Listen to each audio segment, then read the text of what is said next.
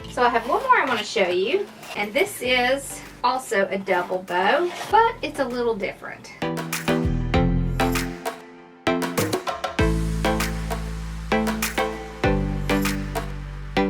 So generally, if I'm doing a bow like this, I will use something like this jute that you can see through, because what you're not going to do is you're not going to separate them. You're going to keep them together. So you just want to make a loop.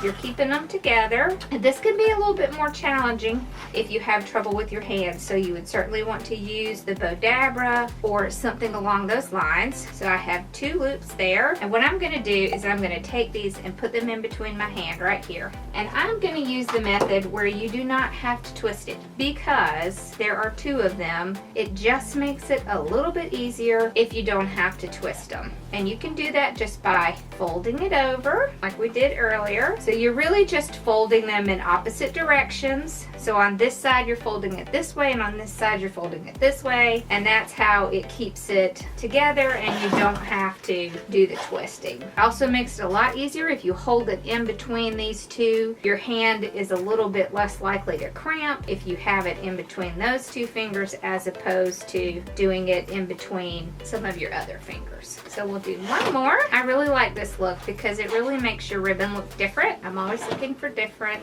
And there we go. We have 4 loops. I think that's good. So I'm just going to take it and trim it off right here. There we go. Now I will take a little wire, cut that off. And you just want to tie it around your bow. Make sure you pull it really tight and then twist it off. And then you can just kind of move your bow and fluff it out, remembering to keep those together. You see how different that looks?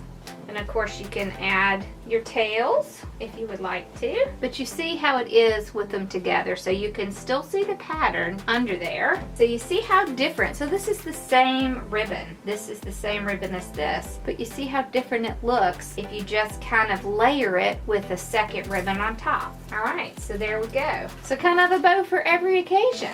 See, you could take the same 2 pieces, because you would want to keep the same effect, and cut some tails, so you can see how that looks. It looks really cute. I love to do this kind of bow because it just makes it a little different, and it's just a little bit more fun. A little bit of fun to add on to there. All right, so we're gonna look at one more. Then I think I've probably bowed you to death.